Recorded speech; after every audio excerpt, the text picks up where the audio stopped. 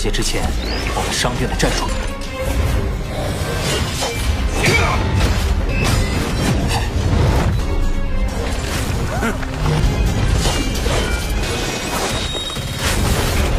恒星级出现了，就这个，好鼓。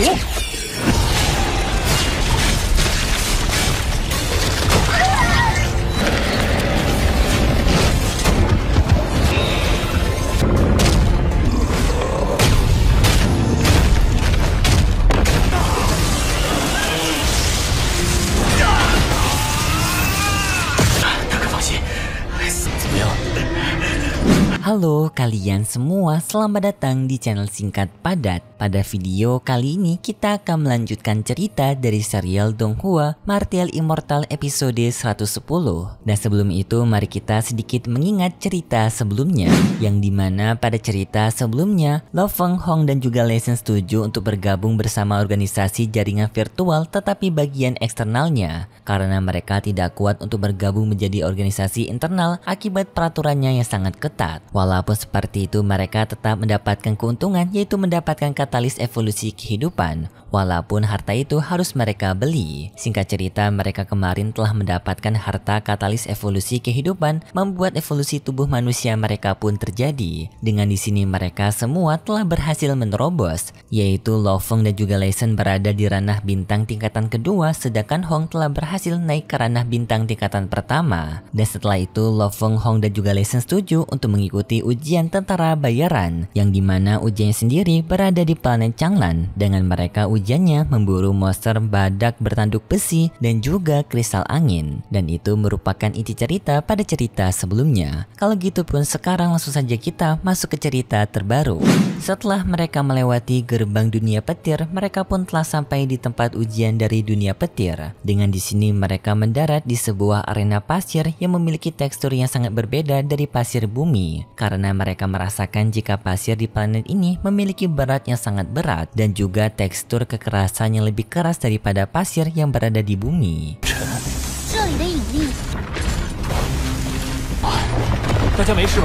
Mereka sekarang mendarat di sebuah tempat yang disebut dengan Desert Death. Butiran pasir hitam yang sekarang mereka temukan merupakan butiran pasir yang terbuat dari kristal alam semesta. Waktu pertama kali pembentukan dari dunia ini, gravitasi di dunia guntur juga memiliki daya tarik yang lebih kuat daripada bumi sampai 3000-an kali lebih kuat. Dan kristal alam semesta yang berada di planet ini bisa mereka gunakan sebagai mata uang pengganti, karena kristal alam semesta merupakan sebuah kristal yang terbentuk akibat terobosan dari ranah Tuan Sektor. Dan benda apapun yang berasal dari ras kuat, apalagi benda ini berasal dari terobosan ranah Tuan Sektor, maka bisa digunakan sebagai barang jual beli.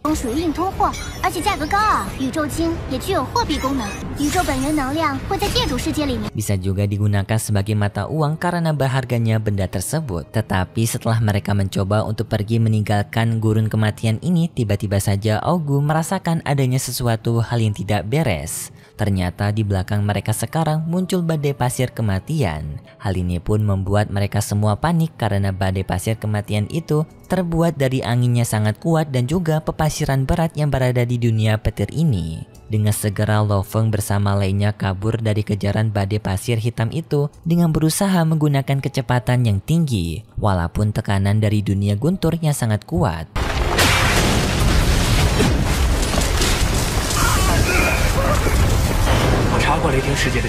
Di saat mereka yang mencoba untuk kabur, mereka melihat juga adanya kelompok lain yang juga dikejar oleh badai debu kematian. Kelompok itu merupakan kelompok dari kelompok awan hitam. Mereka berada di dekat dari badai debu kematian itu dan salah satu dari mereka tersedot ke dalam badai debu kematian. Orang yang telah tersedot ke dalam badai debu kematian yang langsung berubah menjadi daging cincang, seperti dimasukkan ke dalam sebuah blender raksasa. Seluruh badannya hancur akibat badai debu kematian tersebut, dan ia pun sudah dipastikan tewas.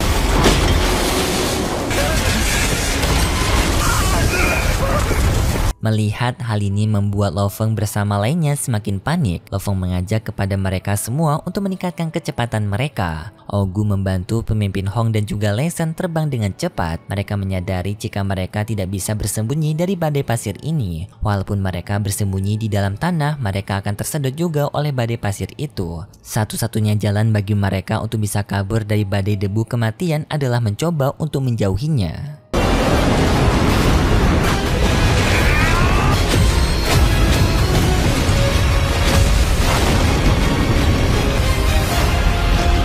Setelah mereka berhasil melewati badai kematian itu, mereka beristirahat sebentar. Dan di sana Lo Feng meminta kepada Babata untuk memberitahu lokasi mereka sekarang. Babata memberitahu kalau mereka sekarang berada di dekat ujung dari pegunungan Longruo. Dan di dekat dari pegunungan ini terdapat sungai Yongyuo yang merupakan tempat dari monster badak yang sekarang mereka incar. Kemungkinan para monster itu sedang berada di sana untuk mencari minum. Lo Feng yang mendengar itu pun merasa puas dan meminta kepada lainnya untuk beristirahat sebentar. Dan setelah itu mereka akan pergi ke sungai Yongyuo tersebut.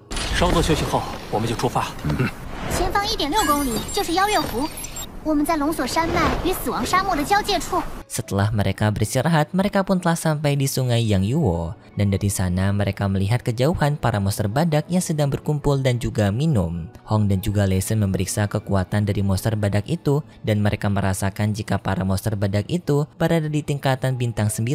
Dan jika mereka mencoba untuk melawan para monster kawanan badak akan mengalami kesulitan yang sangat sulit. Satu monster bintang tingkatan 9 saja sudah sulit, tapi ini malah melawannya secara berkelompok. Bisa dibilang mereka sekarang kemungkinan tidak akan bisa mengalahkan para monster badak itu. 他们大都有恒星9阶实力啊！ Lo Feng menjawab kalau mereka sepertinya tidak perlu melawan monster badak karena di sini Lo Feng mendeteksi adanya kelompok berbeda yang datang mendekati tempat ini juga, yang sepertinya kelompok itu juga mengincar monster badak. Jadi Lo Feng bisa mengambil kesempatan ini untuk mengambil celah waktu mereka lengah dan mereka bisa mendapatkan monster badak yang telah dikalahkan oleh kelompok lainnya. Kelompok itu sendiri ternyata merupakan anggota dari Kekaisaran Gunung Naga Hitam. Dengan di sini pemimpinnya merupakan seorang wanita berada di tingkatan bintang tingkatan kedua, sedangkan para bawahannya berjumlah 9 orang. Dan para bawahan ini berada di tingkatan bintang tingkatan ke-9. 不杀掉，然后去下一个目的。 Bisa dibilang para bawahannya ini bertugas untuk membantu sang wanita ini agar bisa lulus dalam ujian ini. Sedangkan sang wanita pemimpin hanya menunggu hasilnya saja. Di sini mereka mengetahui jika wanita itu merupakan ratu ke-9. Lo Feng dan juga Babata yang melihat wanita itu baru melihat wanita tersebut. Dan mereka juga menyadari jika wanita ini memiliki background yang sangat kuat karena ia memiliki 9 pasukan bintang sebanyak 9 orang. Jadinya sangat mudah bagi para kelompok ini mengalahkan para monster badak. Setelah mereka mengalahkan para monster badak itu, mereka telah mendapatkan tanduk badak besi. 他们穿着的一个恒星级2级，应该是黑龙山皇室成员，级2级的丫头，具有龙人中物。 敢正面攻击独角天喜区。 Tetapi setelah itu tiba-tiba saja pemimpin dari monster tanduk besi bermunculan dan ia pergi berlari mengincar ratu ke-9 ini. Jadinya para kelompok ratu ke-9 pun kabur dari sana. Dan di sini mereka meninggalkan banyak monster badak bertanduk satu yang tidak mereka ambil tanduknya. Setelah rombongan ratu ke-9 itu pergi, Lo Feng bersama kelompoknya pun pergi mengambil tanduk-tanduk yang tersisa. Dengan di sini mereka mendapatkan total 6 tanduk dari monster bertanduk satu. Jadi di sini mereka bisa dibilang telah menyelesaikan misi pertama, yaitu mengumpulkan tanduk dari badak bertanduk satu. Tetapi tidak lama kemudian Babata mendapatkan sebuah sinyal yang dimana ada kelompok lainnya yang datang mendekati mereka. Kemungkinan kelompok ini berniat untuk merampok kelompoknya Lo Feng. Babata pun menyuruh kepada Lo Feng untuk segera pergi kabur. Lo Feng bersama lainnya setuju dengan Babata dan mereka pun dengan segera pergi meninggalkan sungai ini. Tetapi sayangnya kecepatan rombongan Lo Feng tidak terlalu begitu cepat untuk bisa kabur dari rombongan yang berniat untuk merampok mereka. Rombongan Lo Feng pun mendapatkan serangan dari kelompok yang baru saja tiba ini, membuat rombongan Lo Feng pun mau tidak mau harus melakukan pertempuran melawan pasukan dari rombongan ini. pemimpin dari kelompok yang baru saja menyerang mereka menghina kelompok Lo Feng dengan mengatakan kalau kelompok Lo Feng merupakan kelemahan yang sebenarnya karena kelompok Lo Feng hanya memiliki 2 pasukan yang berada di tingkatan bintang ke-9, sedangkan sisanya merupakan bintang 2 dan juga bintang 1.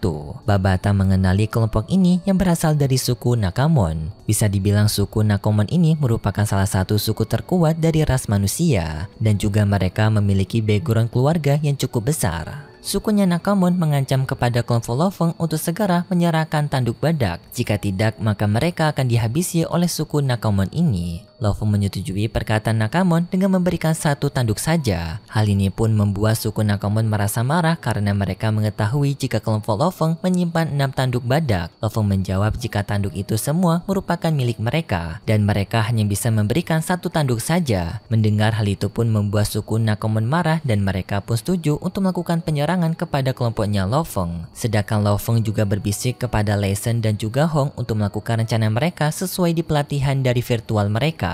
Hong dan juga Lei Shen setuju dengan hal tersebut dan terjadilah pertarungan di antara kedua kelompok ini. Dalam pertarungan ini Lo Feng memiliki ide yang bagus yang dimana Lo Feng menyuruh kepada Hong dan juga Lei Shen untuk menggunakan kekuatan domain mereka agar membuat pasukan dari suku Nakamon ini tidak bisa bergerak kemana-mana dan mengumpulkan mereka semua ke dalam satu kelompok. Dan di saat itu Lo Feng memberikan senjata tembaga hibridanya kepada Augu agar bisa meningkatkan kecepatan dari tembaga hibrida dan langsung menusuk kepada pasukannya suku Nakamon. Semua pasukan dari suku Nakamon pun telah berhasil dikalahkan oleh senjata tembaga hibrida milik Lo Feng.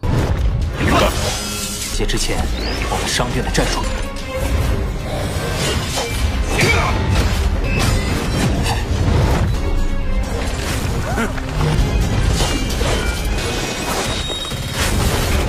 恒星级出现了，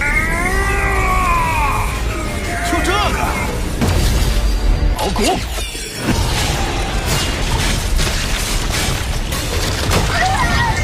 Sedangkan pemimpin dari suku Nakamon yang melihat ini sangat kaget. Ia tak menyangka jika kelompoknya dapat dikalahkan oleh Lo Feng dengan mudah. Jadinya pemimpin dari suku Nakamon itu pun memutuskan untuk pergi meninggalkan mereka. Dan di sini hanya pemimpin suku Nakamon saja yang dapat pergi. Sedangkan wanita yang tadi bersama dengan suku Nakamon malah dilemparkan oleh pemimpin suku Nakamon dan dihajar oleh Tienan. Setelah berhasil mengalahkan para pasukan tersebut, Lo Feng memberikan senjata tembaga hibridanya untuk sementara waktu kepada Augu.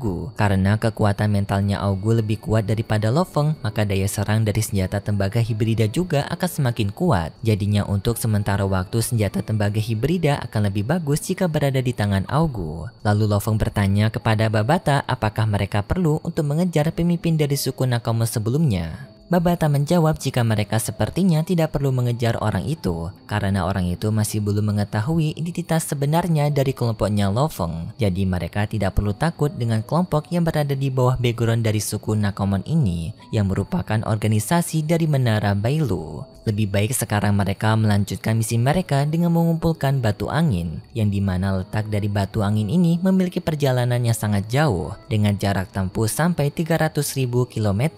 Jadinya di sini mereka perlu melakukan perjalanan selama 1 bulan penuh. Lo Feng yang mendengar itu pun langsung meminta kepada seluruh kelompoknya untuk segera pergi ke sana. Semakin cepat mereka sampai, maka hal tersebut akan semakin baik. Singkat cerita, beberapa hari telah berlalu. Sekarang perjalanan mereka sudah menempuh sangat jauh dan sekarang hanya tersisa 8.000 km saja. Dan jika dihitung dari jarak mereka sekarang, maka mereka akan sampai di tempat dari Pulau Angin selama 1 hari lagi. Hal ini bisa mereka gapai karena mereka mendapatkan bantuan dari alat radarnya Babata. Dengan alat radarnya Babata, mereka bisa menghindari suasana pertempuran dari serangan para monster maupun serangan peserta lainnya. Namun di tengah perjalanan tiba-tiba saja mereka dihadang oleh monster badak lagi. Untungnya ada Augu yang menggunakan senjata tembaga hibrida dapat mengalahkan semua monster tersebut.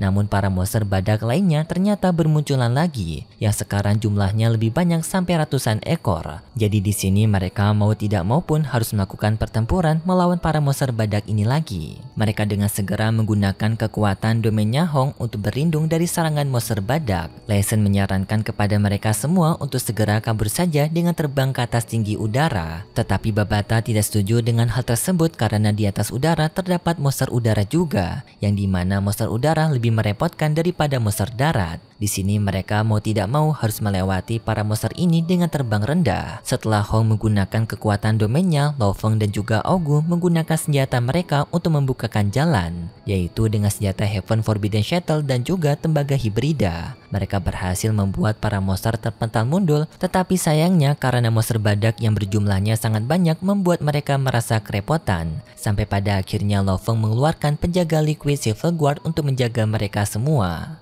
Dengan adanya penjaga Liquid Silver Guard ini, mereka bisa melewati para monster badak tersebut dengan sangat mudah.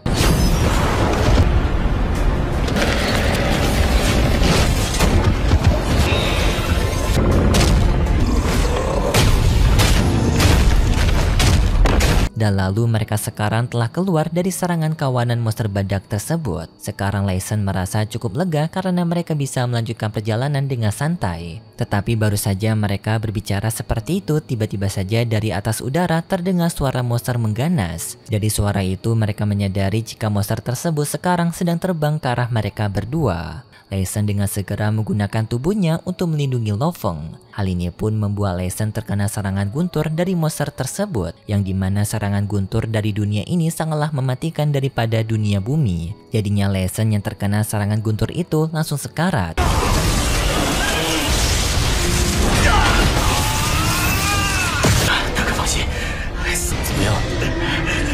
Hal ini membuat Lo Feng sangat khawatir. Babata memberitahu kepada mereka semua kalau monster yang baru saja menyerang mereka merupakan monster guntur penghuni dari dunia petir. Bisa dibilang kekuatan guntur dari monster ini sangatlah mematikan. Jika terkena serangan guntur ini tanpa menggunakan pelindungan, maka mereka semua akan mati. Lo Feng menyuruh kepada Augu untuk membawa Lei Sen pergi ke tempat yang aman. Sedangkan Lo Feng bersama lainnya akan melanjutkan pertempuran melawan monster guntur ini agar monster guntur ini tidak menyerang ke arah Lei Sen.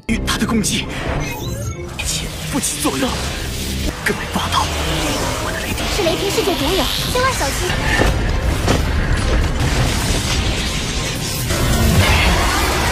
Tetapi sayangnya setelah itu pun juga cerita dari serial Donghua Twilight Star episode 110 bersambung. Dan berikut sedikit preview yang diperlihatkan untuk episode selanjutnya. Pada preview episode selanjutnya, kita diperlihatkan jika besok perjalanan Lo Feng bersama kelompoknya akan berhadapan dengan seekor monster. Dan untuk bisa pergi ke sana, mereka berhadapan dengan satu monster. Sedangkan di lain sisi, kita diperlihatkan dengan klan Nolashan adanya seseorang yang memakai jubah. Dan ini masih belum diketahui siapa orangnya. Dan lalu kita juga diperlihatkan dengan Miyu yang mengawasi ujiannya Lo Feng. Dan hanya itu saja preview yang diperlihatkan untuk episode selanjutnya. Kalau gitu pun terima kasih buat kalian semua yang sudah menonton video ini sampai akhir. Jika kalian suka dengan video kali ini, bisa beri like serta subscribe, dan sampai jumpa di video selanjutnya. See ya! 结之前，我们商店的战术。